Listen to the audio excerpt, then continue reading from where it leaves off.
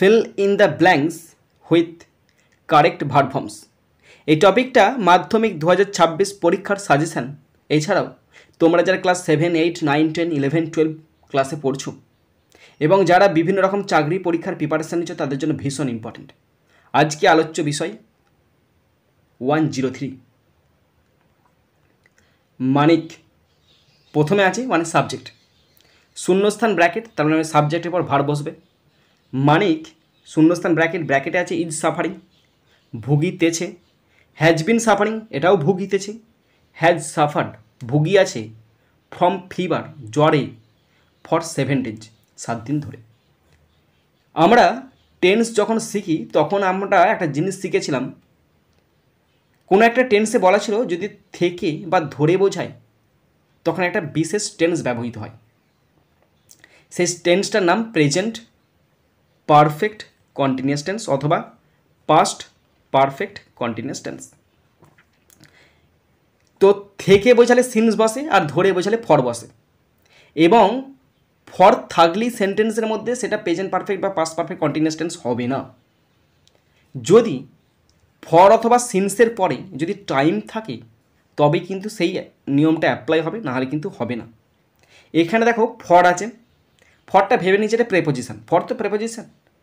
ফরের পরে 7 days, তার মানে কি টাইম একটা উল্লেখ করা আছে 7 দিন, তার মানে কি 7 দিন ধরে, 7 দিনের জন্য নয়, 7 দিন ধরে। ধরে মানে কি প্রেজেন্ট পারফেক্ট কন্টিনিউয়াস অথবা পাস্ট পারফেক্ট কন্টিনিউয়াস। এবার শূন্যস্থানে কে কে আছে? ইজ সাফারিং কন্টিনিউয়াস টেন্সে আছে, হবে না। Has been suffering present perfect continuous টেন্সে আছে, এটা হবে। আর একটা বাকি আছে হ্যাজ সাফার্ড, এটা প্রেজেন্ট পারফেক্ট টেন্সে আছে, হবে না। তার মানে সঠিক আনসার হ্যাজ বিন সাফারিং, সে ভুগিতেছে। হ্যাজ বিন সাফারিং মানে কি সে জ্বরেতে ভুগিতেছে 7 দিন ধরে। হিজ মাদার, তার মা, শূন্যস্থান ব্র্যাকেট, ব্র্যাকেট আছে is, was, will be, worried, তার মা হয় চিন্তিত। এবার দেখো তার মা যে চিন্তিত, এই ঘটনাটা কিন্তু প্রেজেন্টে, কেন সে প্রেজেন্টে ভুগিতেছে, সে প্রেজেন্টে ভুগিতেছে, তাই তার মা প্রেজেন্টে চিন্তিত। তার মানে এখানে প্রেজেন্ট টেন্স হবে, তার মানে এখানে ওয়াজটা বাদ যাবে। মানিক তাহলে বর্তমানে ভুগছে এবং তার মা বর্তমানে চিন্তা করবে, তার মানে এখানে প্রেজেন্ট টেন্স বসবে। ওয়াজ বাদ গেল, উইল বিও বাদ যাচ্ছে, তার মানে এখানে বসবে is, ice is, his mother is worried, তার মা হয় চিন্তিত। Next number 104 microplastics. প্রথমে আছে সাবজেক্টের ঘরে আছে শূন্যস্থান ব্র্যাকেট, ব্র্যাকেটে আছে has become, have become, had become a very major concern for us this days.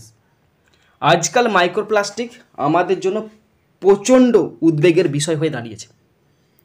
তো এখন প্রশ্ন হলো এখানে বসবেটাকে, এই দিস ডেজ মানে হচ্ছে আজকাল দিন, আজকাল মানে বর্তমানে, তার মানে এখানে হ্যাডটা বাদ চলে যাচ্ছে, ঠিক আছে? তো তাহলে পড়ে থাকছে কি হ্যাজ পড়ে থাকছে আর হ্যাভ পড়ে থাকছে।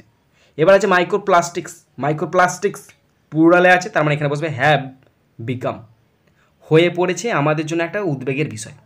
এইটা হলো ট্রিক। এবারে তোমরা যদি বুঝতে চাও যে কেন হ্যাভ বিকাম বসবে, তাহলে বলবো আমি এটা এখন পর্যন্ত প্রভাবিত হয়েছে, মানে এখন পর্যন্ত মাইক্রোপ্লাস্টিকটা আমাদেরকে প্রভাবিত করেছে এরকম বোঝাচ্ছে, তাই এটা প্রেজেন্ট পারফেক্ট টেন্স বসে গেল।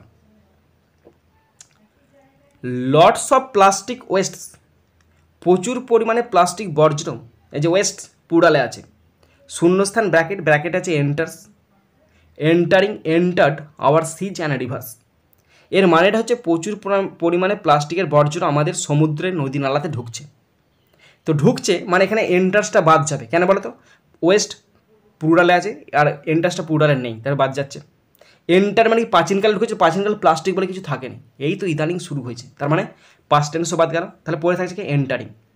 এবার মুশকিল হয়ে গেল, যদি এন্টারিংটা আমি বসাই তাহলে এটা তো সাবজেক্টের ভার্বের কাজ করছে না, এন্টারিংটা পার্টিসিপেটের কাজ করছে। দেখো যদি এন্টারিংটা বসাই তাহলে মানেটা হবে আর, এই আর আছে না, আমি যদি কেটে দিই এরপরে একটা ভার্ব আছে, নিশ্চয়ই কিছু একটা ভার্ব আছে, তার মানে এখানে যে এন্টারিংটা বসলো এটা কিন্তু ভার্ব নয়, এটা পার্টিসিপেল অ্যাডজেক্টিভ।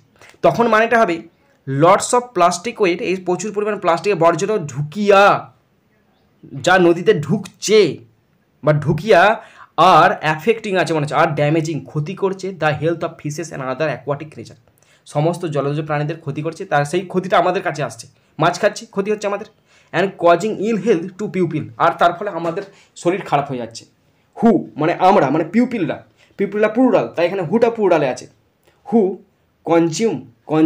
কনজিউমড দেম, যারা মানে আমরা যারা তাদের খাচ্ছি মানে কি এখন খাচ্ছি, মানে পাস্ট টেন্স বাদ যাচ্ছে, প্রেজেন্ট টেন্স আছে কনজিউম আর প্রেজেন্ট টেন্স আছে কনজিউমস।